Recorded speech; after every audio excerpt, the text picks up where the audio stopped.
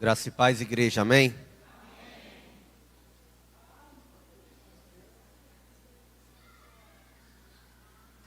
Eu vou pedir que você abra sua Bíblia no livro de Lucas, capítulo de número 19. Evangelho segundo Lucas, capítulo de número 19. Vamos ler do versículo 1 até o versículo 10. Eu vou ler na versão NVI. Se você quiser acompanhar comigo na íntegra, basta olhar aqui para frente, será projetado e você pode acompanhar a leitura. Evangelho de Lucas, no capítulo 19, no versículo 1 até o versículo 10. Diz assim: Jesus entrou em Jericó e começou a atravessar a cidade. Havia ali um homem rico chamado Zaqueu, chefe dos publicanos. Ele queria ver quem era Jesus, mas, sendo de pequena estatura, não conseguia por causa da multidão. Assim correu adiante e subiu em uma figueira brava. Em algumas versões você pode encontrar a palavra sicômoro. Subiu em um sicômoro para vê-lo, pois Jesus estava prestes a passar por ali. Quando Jesus chegou àquele lugar, olhou para cima e lhe disse: Zaqueu, desce depressa, porque hoje preciso ficar na sua casa. Então ele desceu rapidamente e o recebeu com alegria. Todo o povo viu isso e começou a se queixar. Ele se hospedou na casa de um pecador. Zaqueu, porém, levantou-se e disse ao Senhor: Olha, Senhor, darei a metade dos meus bens aos pobres, e se de alguém extorquir alguma coisa, devolverei 4 vezes mais. Jesus disse: Hoje houve salvação nesta casa, porque este homem também é filho de Abraão. Pois o Filho do Homem veio buscar e salvar o que estava perdido. Amém? Baixa a sua cabeça, feche os teus olhos. Santo Deus, eterno Pai, glorificado e exaltado seja para sempre o teu santo nome.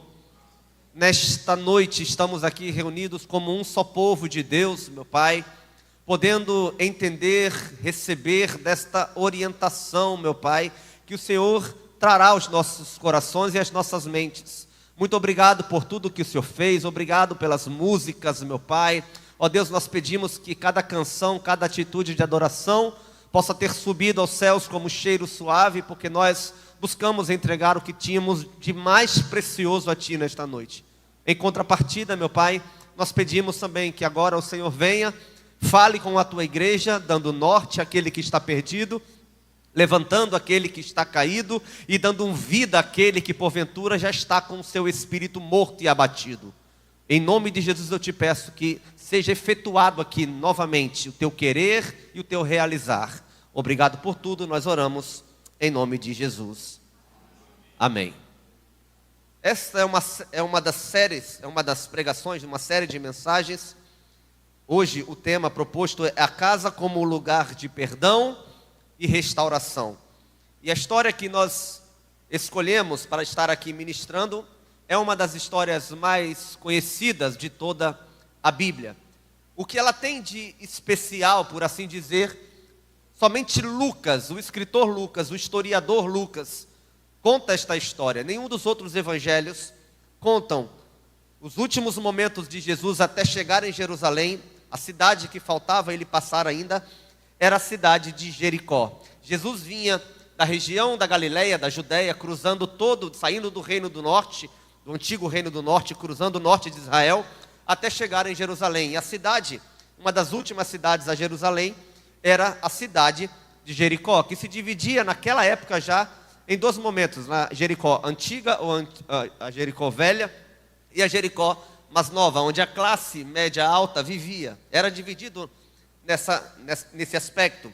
Se você voltar um pouquinho no capítulo 18, você vai ver Jesus ainda já se aproximando de Jericó, realizando alguns sinais, algumas maravilhas, tá? Então você encontra no capítulo 18 algumas histórias de Jesus contando algumas parábolas. Nós encontramos Jesus tendo uma conversa com um jovem rico, nós encontramos também no final do capítulo 18, Jesus tendo uma conversa muito especial com um cego de Jericó chamado Bartimeu. E no final do capítulo 18, Jesus já começa a adentrar a cidade de Jericó. Se você bem entendeu o que nós lemos no capítulo 19, Jesus já está dentro da cidade de Jericó quando ele tem esse encontro emblemático com Zaqueu. Mas para que você possa entender este texto, é muito importante nós visitarmos o contexto daquilo que nós acabamos de ler. Então, como eu já falei, era dividido entre a Jericó velha, a Jericó antiga e Jericó nova. Jesus já tinha passado da Jericó antiga, já tinha tido encontro com o cego Bartimeu e agora estava se aproximando da parte mais nobre da cidade. E ali havia um homem, como nós falamos, um homem chamado Zaqueu. Você conhece a história? Existem músicas que narram esta história com muita fidelidade, mas existem algumas nuances importantes aqui que nós precisamos falar para que você possa entender não apenas essa história como você já conhece, mas também algumas coisas que passam desapercebidas numa leitura prévia e, por assim dizer, superficial do texto. Observe, se você consegue entender este contexto, o Lucas, ele traz algumas informações bastante importantes, e preste atenção no que eu vou dizer agora. O Lucas, por ser um historiador, ele tem uma preocupação de trazer uma história, além de uma história fiel e fidedigna àquilo que estava acontecendo, ele traz algumas características que o destaca dos demais escritores do Evangelho. Ele é muito, como eu posso dizer, profundo na sua maneira de escrever e não deixa nada de fora. Então me permita ler novamente o versículo 2 desse capítulo 19. Ele começa dizendo: havia ali um homem rico. Essa é a primeira característica. Antes de ter o seu nome mencionado, a característica o antecede. Vai prestando atenção nisso. Depois que ele coloca a sua característica em pauta, aí sim ele vem com o seu nome. Por quê? Porque provavelmente o que chamava a atenção daquele homem não era a sua origem, não era o seu nome, não era a sua família, mas quem ele era diante de uma sociedade. Se você está entendendo, diga amém. Então a primeira coisa que saltou aos olhos do historiador Lucas, quando narrou essa história, é que ele estava contando a história não de um homem qualquer, mas de um homem que tinha uma classe social diferenciada, um homem com grandes posses, um homem rico. E depois que ele menciona a sua classe social, e aí sim ele menciona o seu nome. E depois fala que tipo de profissão este homem rico possui. Então nós temos 3 informações. Ele era rico, o seu nome era... E o terceiro é que ele era chefe dos publicanos. É bem comum, você já sabe, provavelmente aqui, acho que a grande maioria sabe, o que um publicano fazia. Mas se você que está aqui, caiu aqui de paraquedas, não sabe o que um publicano fazia, só para você entender, um publicano, ele era um judeu contratado pelo sistema romano para cobrar impostos. E a expressão utilizada comumente naquela época não era um cobrador de impostos, era apenas aquele que extorquia o povo.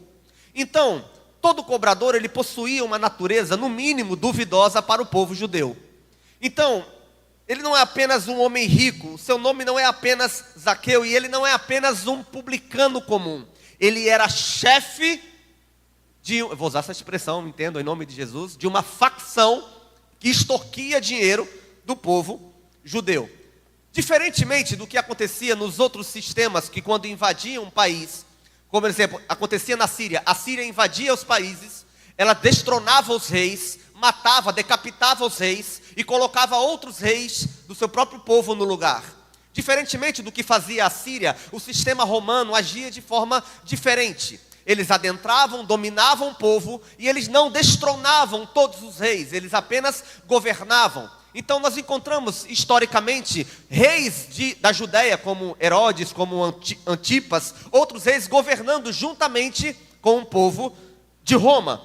Era um reino dividido, mas quem governava era Roma. E Roma, para não perder a autoridade diante do povo, elegeu alguns judeus para que estes pudessem cobrar impostos do próprio povo judeu. Uma coisa era um romano instituído com um cargo chegar e roubar um povo judeu. Agora você imagine que o povo romano elegia um dos seus próprios amigos, do povo judeu, pegava esse povo, e esse povo era responsável de roubar os seus patrícios, o seu próprio povo. Então, por causa disso, o publicano ele era tremendamente odiado. Eu costumo dizer que o publicano, e especialmente Zaqueu, ele tinha 4 obstáculos que o impedia de poder verdadeiramente se tornar um judeu comum. O primeiro obstáculo que ele tinha era o trabalho. Observe, como eu já falei, o publicano ele era um cobrador de impostos. Ele cobrava, um judeu cobrando de outro judeu impostos para pagar a Roma. E essa tributação era uma tributação extremamente exacerbada, exagerada. É como se ele dissesse, nessa época, olha, aqui tem um celular, esse celular custa R$1.000. E por mais que ele soubesse que um celular custasse R$1.000, um publicano cobraria R$2.000, R$3.000, R$4.000 em algo que valia apenas R$1.000. Você está entendendo? Diga amém. Isso é para você entender o nível que acontecia naquela época. E por causa deste tipo de atitude, não somente isso, mas ele era tremendamente odiado. Por quê? Por causa do nível do seu trabalho, porque ele não era apenas um cobrador, ele era chefe dos cobradores. Se um publicano ele pode ser odiado, você imagina o chefe dele. Aquele que manda, aquele que tem autoridade. No versículo 3, algumas coisas começam a se modificar, porque não é apenas agora o cobrador ou o chefe do cobrador e dos cobradores que está em pauta. A Bíblia fala que naquele lugar Jesus estava passando. E ele, este homem chamado Zaqueu, ele teve um interesse. Qual foi o interesse? O versículo vai dizer assim: ele queria ver quem Jesus era. E essas pequenas pausas me pegam, porque quando eu estou lendo, eu faço essas pequenas pausas e tento imaginar. A minha mente me leva à realidade daquela época. E aqui ele fala que ele tinha um desejo, uma vontade, ele tinha um querer. Mas algumas coisas o impediam. A primeira coisa que o impedia era a sua pequena estatura. Ele não conseguia enxergar porque ele era baixinho. E depois disso, não somente isso, mas um dos grandes impedimentos que ele possuía não era apenas a sua estatura, mas a multidão que estava ao redor de Jesus comprimia Jesus e ele não conseguia ter acesso. Então, se eu disse que um dos obstáculos é o trabalho, o tipo de profissão, o segundo obstáculo é o tamanho que ele possuía, a multidão o cercava, ele não podia impedir. E o terceiro obstáculo que nós encontramos aqui também era uma religião que ele não poderia exercer. Por quê? Porque um publicano não era aceito em lugar nenhum. O publicano não poderia ir para a sinagoga. O publicano não podia fazer orações em público. Um publicano era a escória da sociedade. Então ele era um homem extremamente recluso. Ele não tinha um entendimento, uma intimidade com seus patrícios. Ele não podia ter um grau de intimidade com eles, porque ele era extremamente rejeitado. Então, diante desses 3 obstáculos mencionados aqui, um obstáculo também extremamente social, ele tem esse desejo ardente de enxergar Jesus, e ele pensa, bom, eu tenho um problema, e como eu posso solucionar esse problema? Ele tinha apenas, igreja, um desejo: enxergar Jesus. Deixa eu te fazer uma pergunta retórica, não precisa me responder. O que você fez, ou o que você tem feito para poder enxergar Jesus? Eu vou pedir que algum músico desta igreja possa me ajudar no teclado. Eu ficaria bastante grato. Se puder acontecer isso, eu ficaria feliz. Amém? Vou esperar ver se alguém pode me ajudar nisso aqui, enquanto eu continuo. Então, nesse momento, ele tinha esse desejo ardente de enxergar Jesus. Mas por causa da sua estatura, ele não conseguia ver, e a multidão era sempre maior do que ele. No versículo de número 4, vai dizer algo assim: assim, diante deste problema, ele correu adiante e subiu em uma figueira brava para vê-lo, pois Jesus estava prestes a passar por ali. Eu gosto muito dessa expressão, e as versões mais atuais da Bíblia, que passaram por revisão, não trazem a mais essa palavra figueira brava, apesar de que o sicômoro é sim uma figueira. Algumas características para você entender: a figueira brava ou sicômoro é uma árvore que ela não cresce muito. Então, foi uma estratégia de Zaqueu escolher exatamente uma árvore na qual ele pudesse subir. Uma árvore de baixa estatura, assim como ele. Só que a origem da palavra sicômoro é uma origem interessante. Eu vou usar essa expressão. Por quê? Porque a origem desta palavra sicômoro, ela vem do original hebraico que se chama shikmah. Shikmah é a mesma expressão utilizada na Bíblia para a palavra reabilitar. É a mesma expressão, a etimologia da palavra é a mesma, reabilitar. E quando eu vejo essa palavra e a origem dela, e nós podemos dizer, sim, pastor, é uma consequência. Sim, pode ser até uma consequência. Mas o que me chama a atenção nesta consequência é que um homem escolhe uma árvore, e esta árvore se chama reabilitar, a sua origem. Parece que ele já estava prevendo de que ele precisava passar por um processo de reabilitação, para que ele pudesse não somente ser aceito pelo povo judeu, mas principalmente para ser aceito pelo Filho de Deus. E por causa desta analogia com esta palavra, ele procura fazer o que ninguém mais estava fazendo. Ele começa a imaginar, bom, eu consigo diagnosticar essa região e ver que Jesus está caminhando, passando por aqui. Então eu vou me antecipar, eu vou ir adiante e vou me colocar numa posição estratégica para que eu possa ter êxito naquilo que eu mais quero. O que ele mais queria, igreja, era ver. Então ele prontamente se antecipa à dificuldade, presta atenção nessa expressão. Ele se antecipa diante da dificuldade, ele vai adiante, sobe numa árvore, se coloca numa posição de destaque, para que ele possa ter êxito no que ele quer. Em nenhum momento a Bíblia vai mencionar que Zaqueu quis ter um pouco de intimidade com Jesus. Ele só tinha um desejo, Carla, enxergar Jesus. Bruno, ele só queria fazer uma coisa, enxergar aquele que já ouvia-se falar diante de muitos, que era alguém diferente, alguém que era aceito, alguém que era amado, quando verdadeiramente ele nunca foi. A riqueza trouxe a ele status, a Zaqueu, mas não trouxe a ele intimidade com o povo. Quem era esse que não tem nada, mas na verdade tem tudo? Eu me interesso a enxergá-lo. Então eu não vou medir esforços para que eu possa enxergar esse que o povo ama, esse que o povo clama, esse que o povo está sempre ao redor. Me interesso por ele. E a riqueza de Zaqueu levou ele até esse lugar de inconformidade, esse lugar que tinha tudo, mas não tinha nada. Ele tinha apenas um desejo, igreja, enxergar Jesus. E a única coisa que ele pôde fazer para isso é procurar uma estratégia para que ele pudesse ter êxito nessa grande empreitada. Só que diante dessa grande empreitada, tinha uma multidão. E eu gosto muito desta expressão porque em alguns textos na Bíblia, nós vemos paralelos interessantes sobre multidão.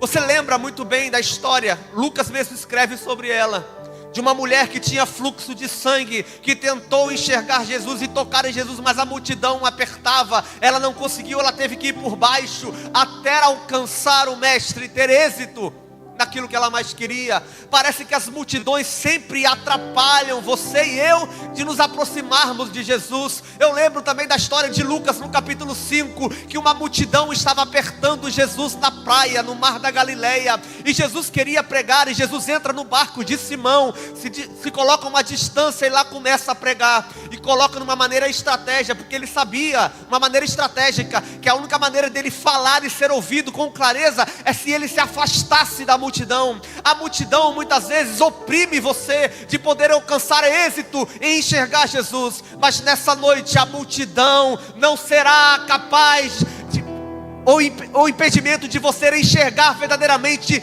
quem Jesus é e o que Ele pode fazer na tua vida. Qual é a multidão? O que tem te impedido? É a multidão de pecado? É uma falência financeira? É uma doença física? Qual é a multidão? O que tem te impedido de enxergar Jesus pela fé? Nessa noite Deus vai te dar estratégias para você sobrepujar a multidão e poder enxergá-lo como Ele é. que eu posso fazer? Zaqueu disse: a única maneira de enxergá-lo é fazer o que ninguém mais está fazendo. E eu sempre digo isso: quando você se coloca pronto para fazer o que ninguém mais faz, Deus se coloca pronto para fazer o que ninguém mais faz. Mas qual foi a última vez que você se antecipou à multidão, foi adiante dela, dobrou os esforços para poder enxergar Jesus? Zaqueu fez isso. E sabe qual é o resultado? Presta atenção nisso em nome de Jesus. Verso 5, aleluia.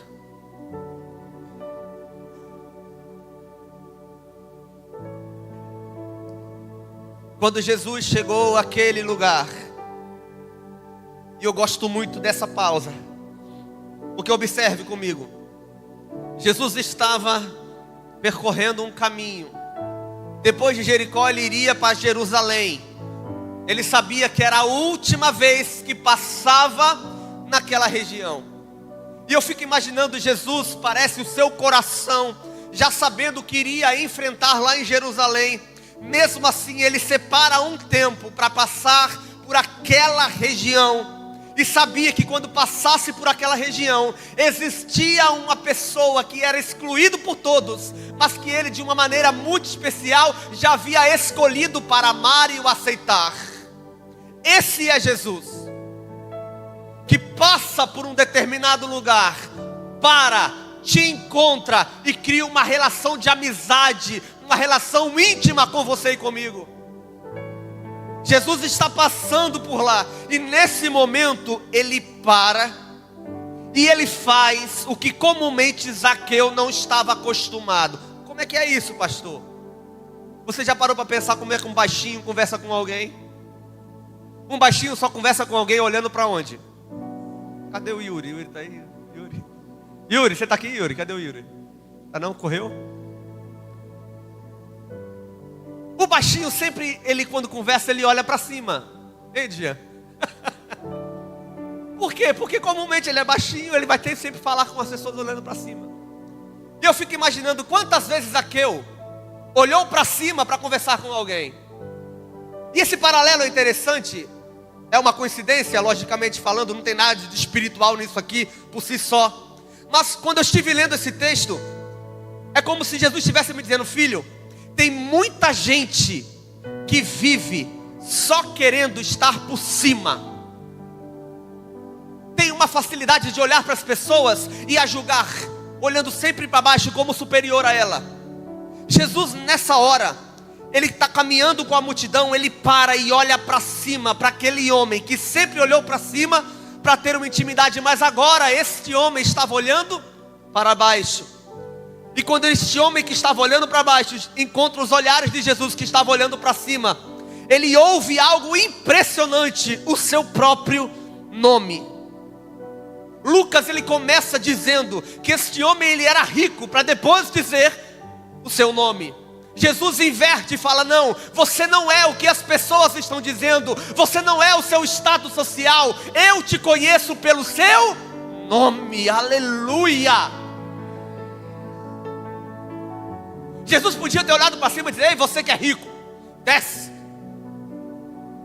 Ei, você que todo mundo despreza, desce. Ei, você que não tem contato com o povo judeu, desce. Não, Jesus chama ele pelo nome. Aleluia. E quando Jesus chama ele pelo nome, ele dá uma ordem imperativa. É como se Jesus estivesse dizendo: eu já até sei porque você subiu nesta árvore, era para me enxergar, mas da mesma maneira que você subiu para ter êxito de me ver, para você se relacionar comigo, não pode ficar em cima, você tem que descer.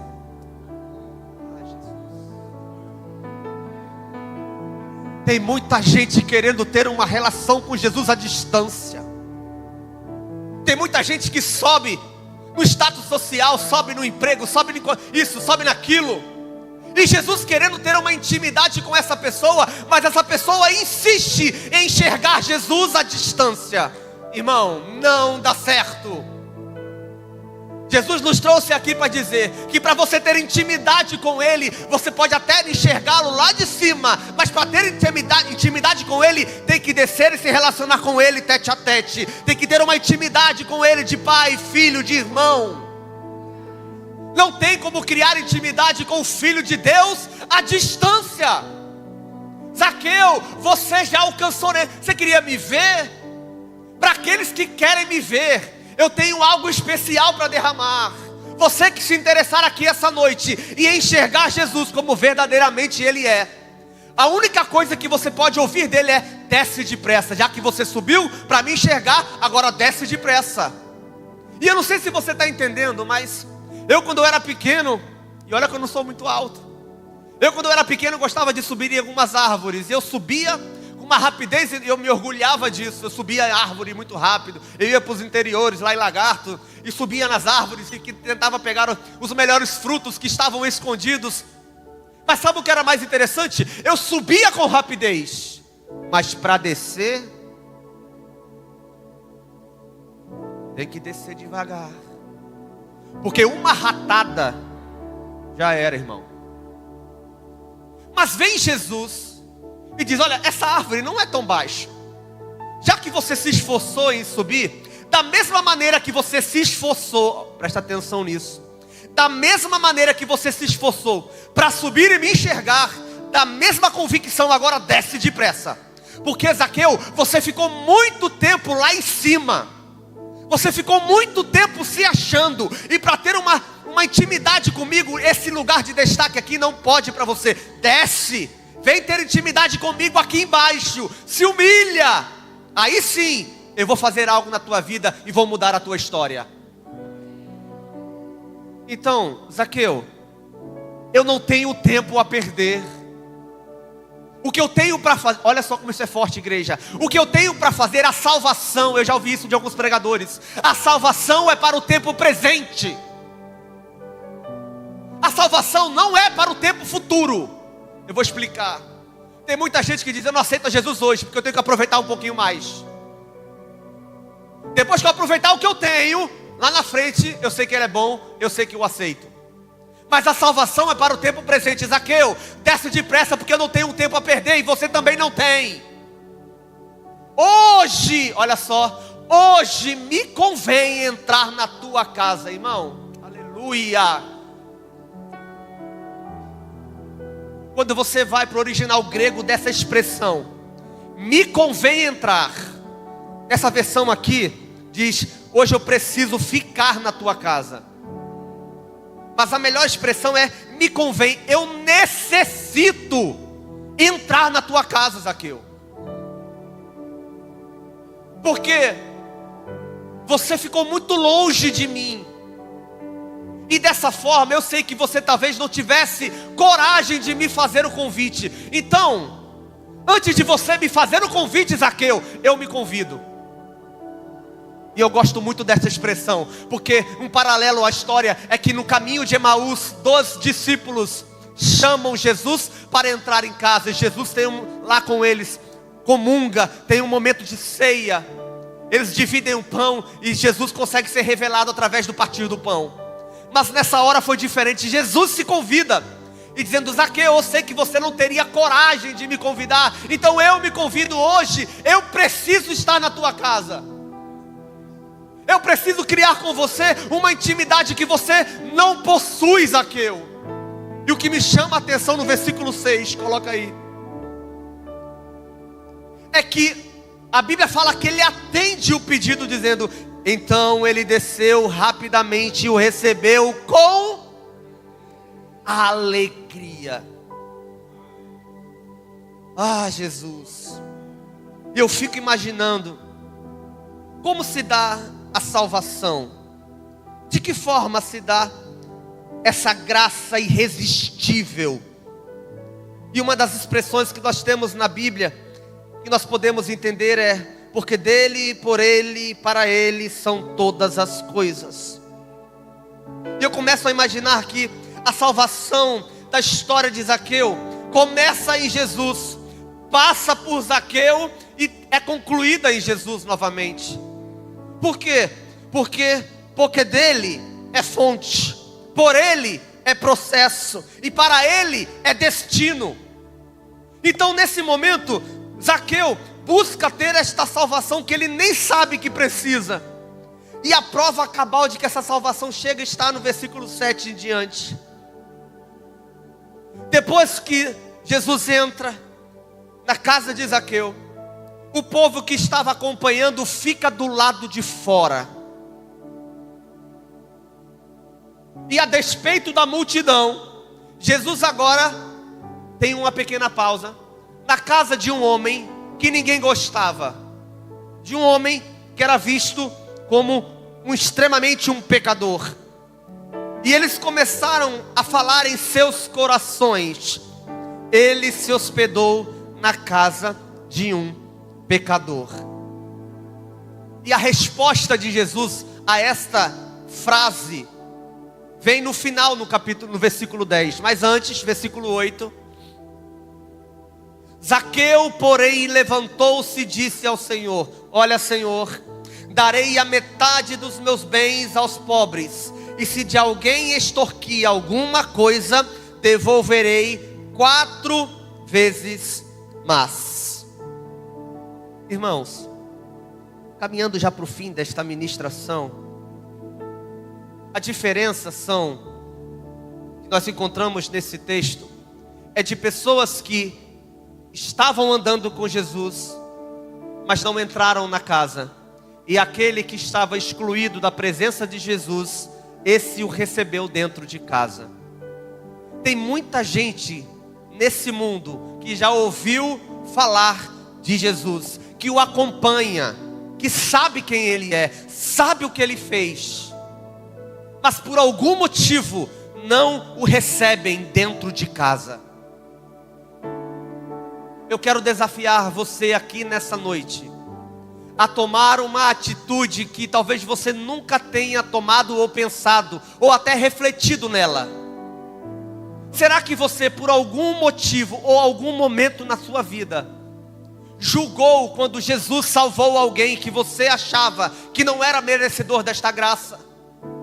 Imagine comigo uma pessoa que você não gosta, Jesus alcançar e salvar esta pessoa, quando na verdade existia mais em seu coração, nem que seja de forma profunda e oculta, o desejo de você dizer assim: tomara que ela morra. Nesse momento, Jesus, quebrando qualquer protocolo, entra na casa de um homem chamado pecador, chamado Zaqueu. E para que todos pudessem ficar surpreendidos, o discurso lá fora é um, mas o discurso dentro da casa é outro. Presta atenção nisso em nome de Jesus. Você não é o que falam lá fora, você é o que Jesus fala do lado de dentro. O mundo vai tentar paralisar você, segundo aquilo que você é lá fora. Você tem que ser bênção aqui dentro da tua casa, e bênção lá fora. Não importa o que pensam a seu respeito, o importante é quem você é diante de Deus e o que Deus sabe a teu respeito. Julgaram Zaqueu porque ele era, mas Jesus sabia o que estava fazendo. Ele entrou em um lugar que ninguém queria que ele entrasse, mas ele adentrou. Ele é assim, ele vai aonde ninguém quer ir e opera o que ninguém é capaz de operar. O convite para mim e para você aqui essa noite é: abra a porta do teu coração e deixa Ele entrar na tua vida. E se estão falando mal de você, Ele vai transformar, e as suas atitudes pecaminosas não serão mais condizentes com quem você é hoje, depois de transformado.